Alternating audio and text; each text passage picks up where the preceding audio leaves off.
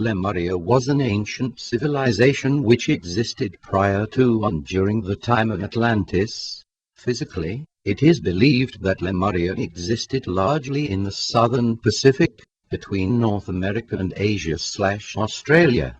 Lemuria is also sometimes referred to as Mu, or the motherland of Mu. At its peak of civilization, the Lemurian people were both highly evolved and very spiritual.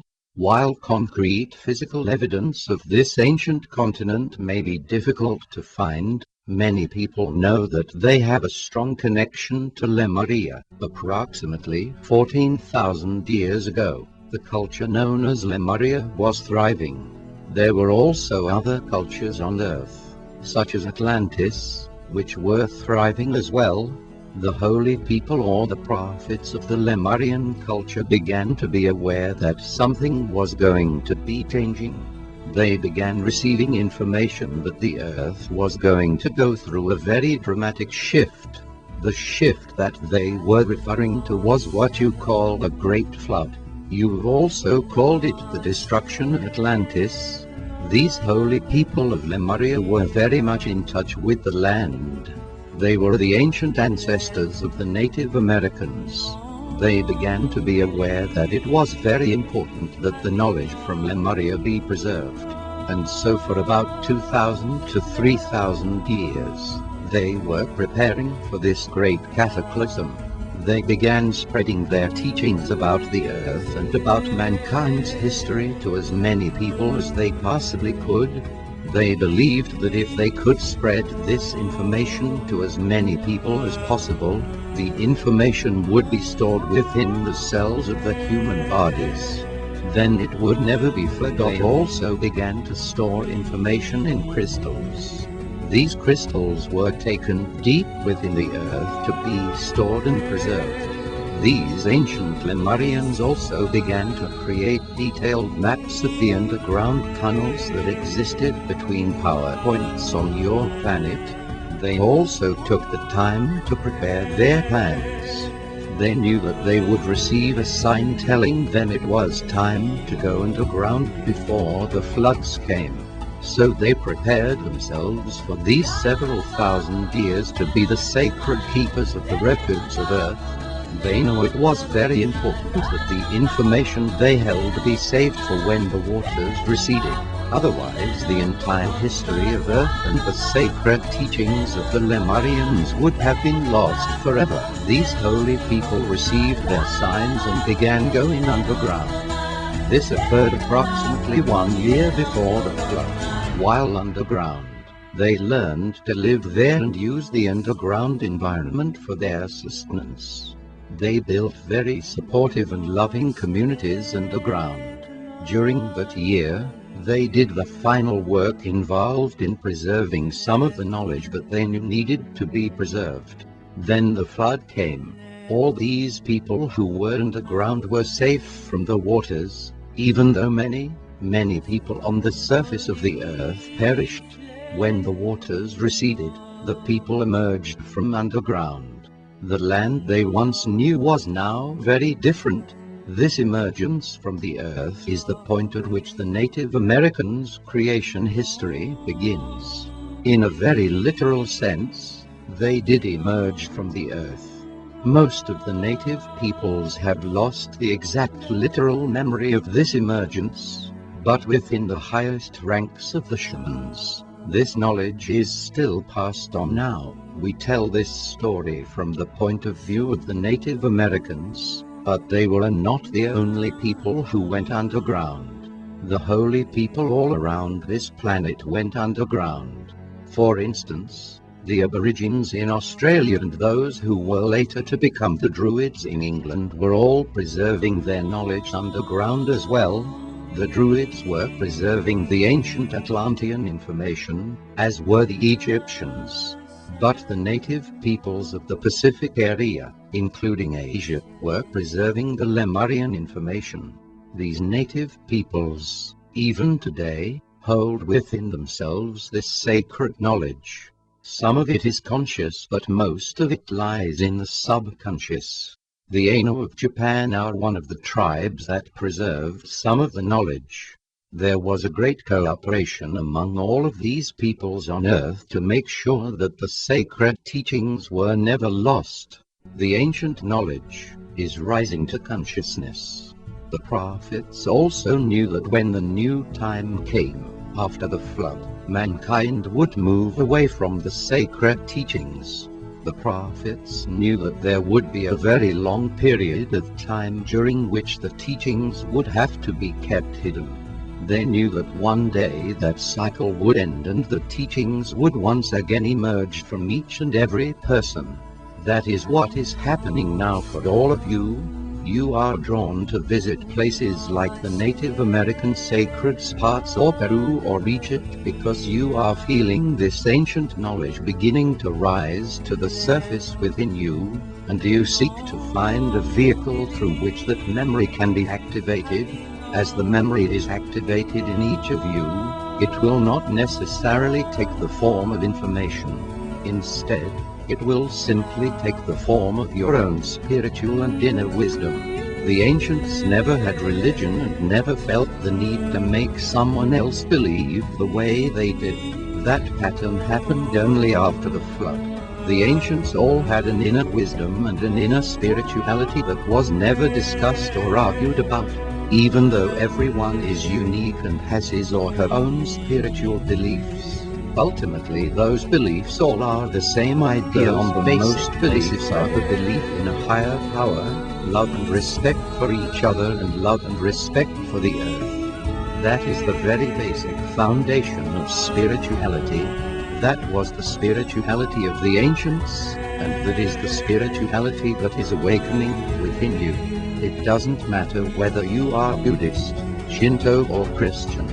All that matters is that basic foundation of spirituality, belief in a higher power, love and respect for each other, and love and respect for the earth. It is really that simple. As you travel to these hallowed spots and you get back in touch with the earth, that's how the spirituality gets awakened within you.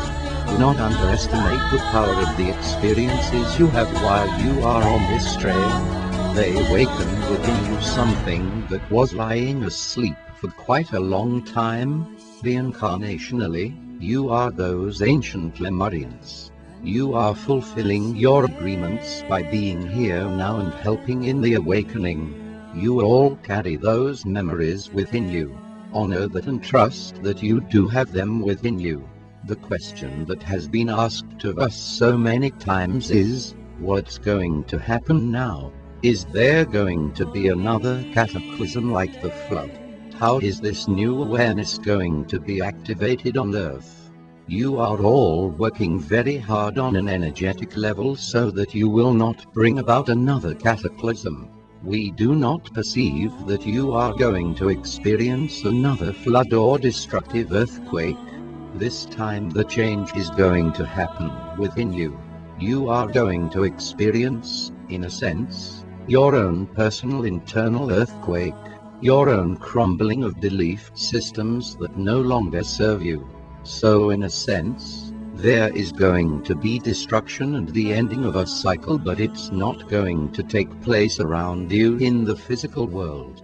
It's going to take place in an even more powerful place within you. So do not fear if old things you carry begin falling away. Do not fear if old relationships can no longer be the same. Most of all, do not fear exploring the unknown, for the deeper you go within, the more profoundly you are going to experience this. Know that all that happens to you, even the things that may be disturbing, is part of your own personal release of the old. As you are releasing the old, you will be exposed to new ideas. They may feel strange or foreign to you, but just keep yourself open and allow whatever is there to come to you before you assume that it is not for you. Stay open and explore. During this tour, the ancient energies that you are exposed to are going to accelerate this process even more, for it is time now for the awakening to happen. You have all chosen to be the pioneers who help to lead the planet in this age. There is a very powerful site in Santa Fe called Pandula. To describe what the energy is like there is very difficult, so please bear with us. Pandula is one of the places on Earth that integrates the star energy and the ancient Earth energy, so when you visit there, you may feel strong that energy, but at the same time you may feel the presence of the Earth Mother very strongly too. It is very important that on each planet there be sacred spots that integrate both the star and the planet energy. Pandula is one such place. There are many. For instance, in Japan you have Mount Kurama. So as you are walking through Pandula, feel your feet planted firmly on the ground and at the same time feel your star connection. One of the themes of your time in Sedona has been grounding. You allowed yourself to take a very difficult hike. You succeeded because you allowed the earth to support you. You became one with the earth. From the earth you drew strength, and it is the strength that is now going to help you as you go to the second part of the tour. The energy of Santa Fe is going to be different, but it is very closely connected to what you experienced this morning. When the tour is over you will see how they fit together. The Native Americans do something called the rain dance. Today much of the significance of that ceremony has been lost. Today the belief is that the dance makes it rain. However, in the ancient days, the rain dance was very much like what you experienced with the crowds.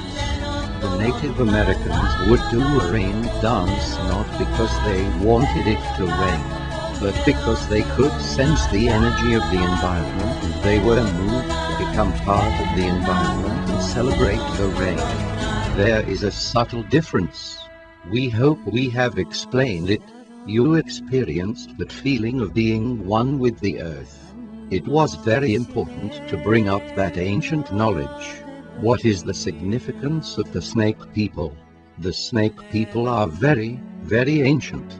They existed approximately 5,000 to 6,000 years ago. They were descendants of the Lemurians, in particular, descendants of the original record keepers of Lemuria. The snake, in terms of symbology, has always been used on Earth to mean wisdom. So you find many cultures around Earth in which the snake, as a symbol, plays a very important role. Now today, you were taken to a place called Montezuma's Well. The myth is that that was one of the emergence points of the ancient Lemurian/Native American. Sedona is one of the places that was first inhabited by the people who were keeping the records. After they emerged, their civilization lived mostly high in the cliffs.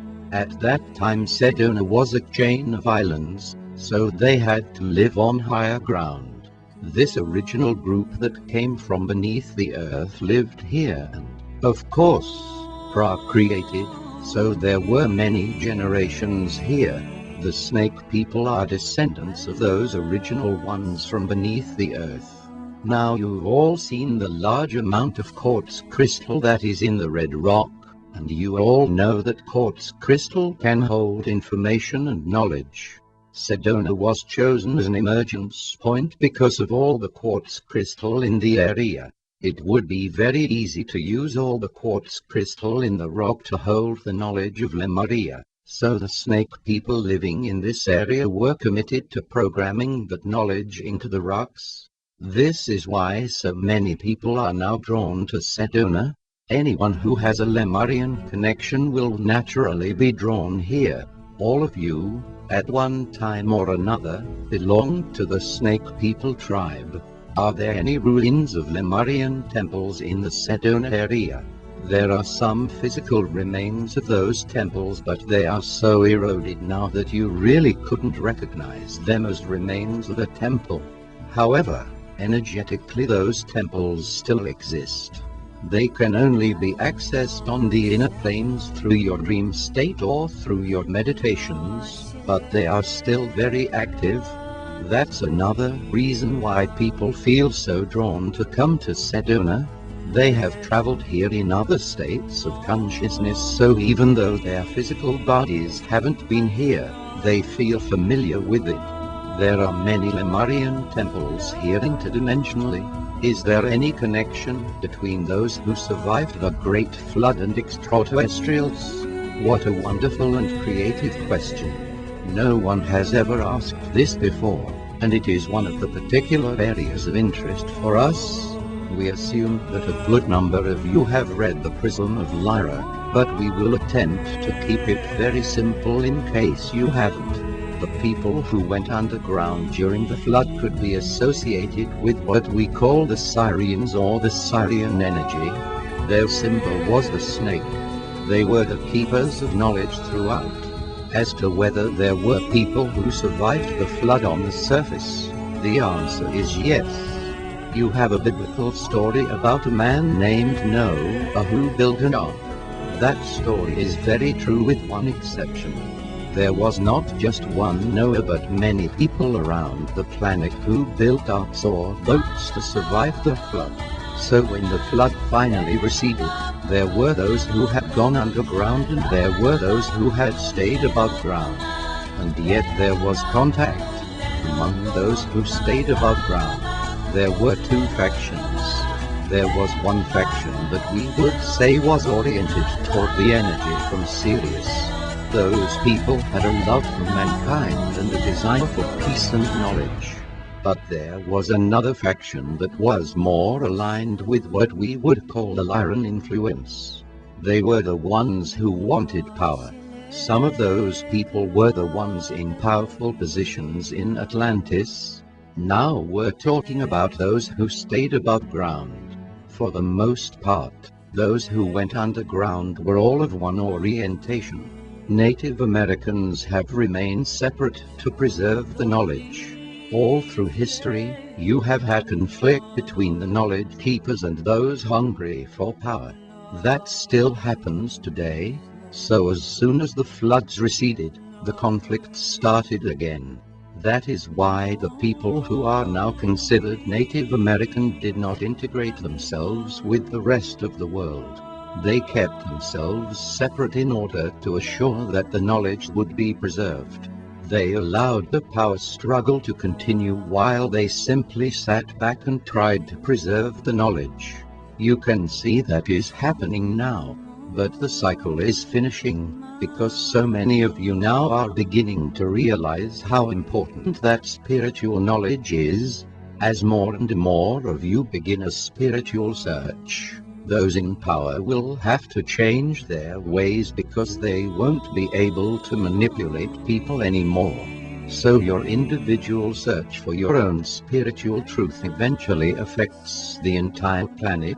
This time on your planet that you are calling the New Age is the completion of many thousands of years of conflict. We perceive that the conflict will be healed. How long did people live underground? How long were their lives?